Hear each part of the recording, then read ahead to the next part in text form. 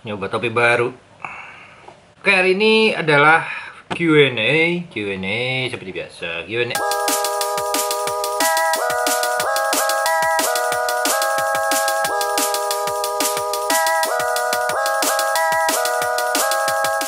Pertanyaan pertama adalah, Mas Arya, bagaimana caranya mengatur warna video supaya lebih sinematik? Saya kan udah bilang, nggak ada istilah sinematik. Warna sinematik tuh nggak ada, pemirsa. Jadi gini, bentar. Ini mumpung saya lagi nyalain laptop. Ada yang namanya LUT, LUT, LUT atau LUT itu adalah lookup table. Jadi itu color sebenarnya, color lookup table. LUT itu adalah sebuah preset sebetulnya. Jadi kalau Anda buka di Instagram gitu ya, itu kan ada, kita mau posting itu ada warna amaro, warna black and white, warna apa. Jadi foto kita dirubah secara otomatis, itu namanya preset. Itu sama seperti LUT. Jadi LUT itu sebenarnya ya sebuah preset, tapi di customize oleh seseorang, dibuat untuk keperluan standar tertentu. Ini saya kasih contoh. Kalau Anda ingin ngutak-ngatik warna tapi nggak mau susah, Anda bisa menggunakan LUT. LUT itu bisa download gratis banyak di internet, yang bayar juga banyak. Ini saya kasih contoh. Kalau Anda lihat ini adalah gambar yang belum dipasang LUT. Ini adalah gambar yang sudah dipasang LUT. Coba. Ya seperti ini gitu perbedaannya. Bawahnya ada lagi. Nih. Dari begitu jadi begini, dari begitu jadi begini. Ada lagi, nih, dari begini jadi begini. Nah, ini semua nggak bisa Anda katakan sebuah warna atau settingan warna sinematik. Nggak bisa. Anda mau apa? Mau bikin film apa? Mau bikin sinematografi apa? Nggak bisa dibilang sinematik. Nah, ini contoh nih ya. Ini saya nemu sebuah LUT. Gambar awalnya seperti ini, hasil akhirnya seperti ini. Hasil awal seperti ini, hasil akhir seperti ini. Oke? Yang ingin disampaikan, nah kembali lagi pada yang ingin disampaikan. Yang ingin disampaikan oleh si pembuat foto, si pembuat film, itu adalah suasana apa? Disitulah sinematografi masuk ke dalamnya. Atau fotografi juga ya. Sinematografi atau fotografi. Ini yang saya tunjukkan contoh ini sudah ada paket preset LUT-nya, namanya apa ya? Namanya Arapaho LUT. Tuh, Anda bisa download gratis kok. Nanti jadi yang flat, jadi berwarna. Tapi ini pun menurut saya masih kurang. Menurut saya ini adalah warna yang kurang bisa mewakilkan sebuah suasana pegunungan yang dingin. Iya dong. Nah, sekarang saya coba menggunakan Photoshop aja lah. Bentar. Supaya saya perlihatkan kepada Anda ya, bagaimana LUT itu atau color grading atau apapun lah dalam fotografi, videografi. Ini saya ambil gambar yang tadi yang ada di websitenya itu seperti ini. Websitenya mana tadi? Nah, ini gambar aslinya. Saya pindahin ke Photoshop. Ini gambar hasilnya dari LUT Arapaho ini loh. Ya, coba saya akan rubah sendiri. Saya tidak pernah pakai LUT kayak gitu soalnya. Semua saya lakukan secara manual. Coba ya, ini saya ambil begini. Crop. Nah, ini gambarnya. Oke, saya akan rubah ini dengan cara manual, yaitu pertama kali curve-nya. Curve-nya seperti biasa, ambil 3 titik. Naikin exposure, ataupun di gunung itu dingin loh suasananya harusnya. Bukan panas cerah. Suasananya tuh harus dingin. Kalaupun mau ada hangat-hangatnya boleh, hangat. Tapi bukan cerah panas. Bukan. Ini sekarang yang hijaunya saya tuning secukupnya aja. Sekarang yang birunya, biru juga akan saya tuning. Biru untuk memunculkan warna aspal ini loh. Oke, cukup. Ini sudah keluar warna kuningnya, ini sudah keluar warna birunya di aspalnya. Selesai. Sekarang saya adjust di brightness dan kontrasnya. Suasana harus dingin. Suasana di gunung. Color balance, hue saturation-nya. Saturasinya diatur lagi. Oh, sebelum saturasi harusnya vibrance-nya dulu. Vibrance. Vibrance itu untuk munculin warna yang ada di sini nih. warna terangnya itu loh. Oke, selesai.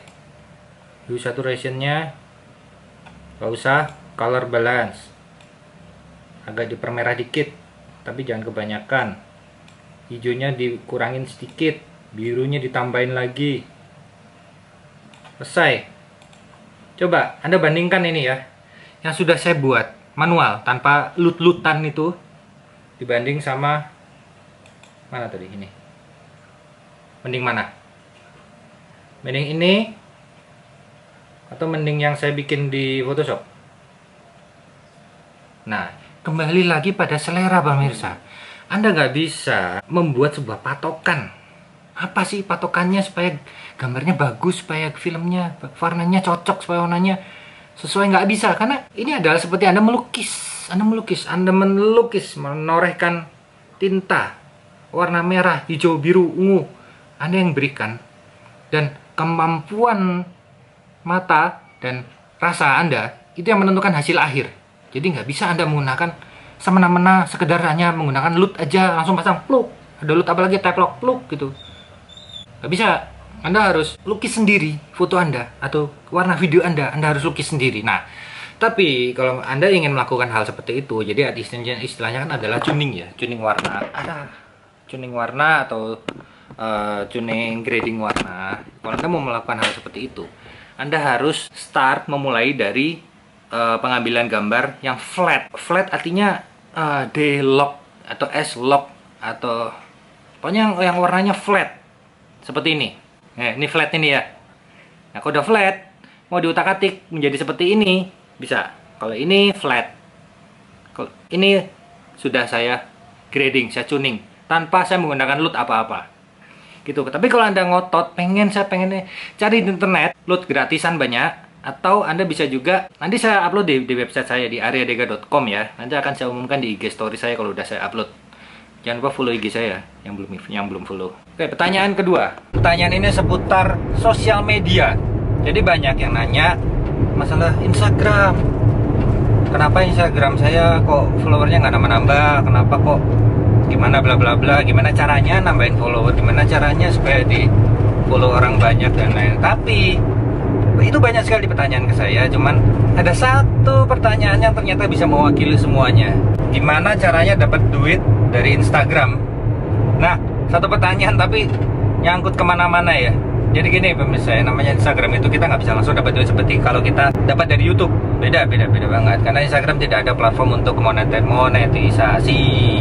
Gitu juga dengan Instagram TV juga yang katanya mau ada monetisasinya, ternyata sampai dengan detik ini, sampai dengan video ini saya luncurkan nggak ada. Tapi di sisi lain itu kita harus tahu dulu yang namanya engagement rate. Nah, engagement rate ini yang sangat penting, karena dengan engagement rate itu adalah modal kita supaya kita bisa mendapatkan sponsor atau dapatkan endorse, dapat segala macam. Nah, sponsor itu ngelihat kita dari nilai ER kita, engagement rate.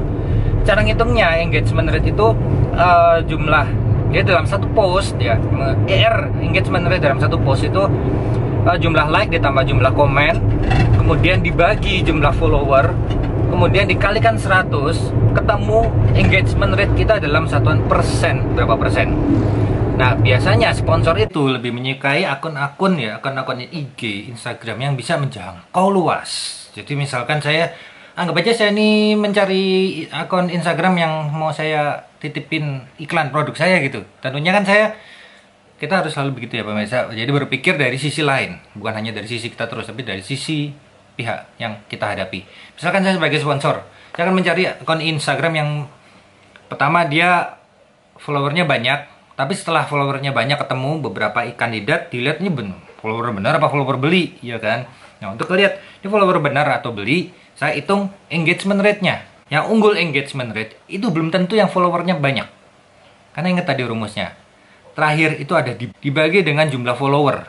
Jadi kalau like dan komen dalam postingnya sedikit dibagi dengan jumlah follower yang sangat besar, hancur sudah engagement rate Anda, nilainya itu. Nah, udah ketemu engagement rate-nya. Setelah itu, ini masih secara formula ya pemirsa. Jadi setelah itu saya akan hitung.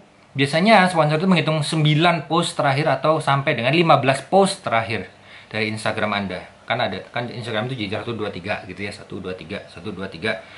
3 kali 5 ke bawah. Itu satu persatu dihitung ER-nya berapa. Setelah itu dari 15 itu di rata-rata. Ketemu kandidat yang paling tinggi nanti dia rata-rata engagement rate-nya. Dia yang akan lolos, diambil dia 3 kandidat. Tapi pemirsa ingat, para sponsor zaman sekarang itu lebih pinter ya. Jadi mereka nggak hanya sekedar masukin data ke dalam rumus keluar. Enggak. Tapi mereka akan survei secara manusia. Dia akan datengin satu-satu itu. Coba saya lihat deh. Yang satu, itu akunnya engagement rate-nya tinggi. Tapi begitu dilihat postnya, yang komen kok cuma 1-2 orang. Padahal yang like ribuan. Setiap postnya tuh yang like ribuan. Cuma 1 orang, 1-2 orang. Ini kayaknya kurang bisa menjangkau. Nah, untuk akun berikutnya, kandidat berikutnya, yang like nggak banyak, tapi yang komen banyak sekali. Tentunya sponsor akan lebih memilih yang banyak komennya. Kenapa? Karena komen membuktikan bahwa akun itu memang menjangkau dan dekat dengan followernya. Engagement yang sebenarnya. Kalau tadi kan engagement secara skor, kalau engagement yang sebenarnya itu benar-benar si pemilik akun ini dekat dengan followernya. Lihat dari komennya, berapa komen, banyak apa dikit. Kalau banyak, wah dia deket deh sama follower-followernya. Gitu pemirsa. Jadi kalau Anda lihat Instagram saya, itu like-nya banyak, yang komen nggak ada.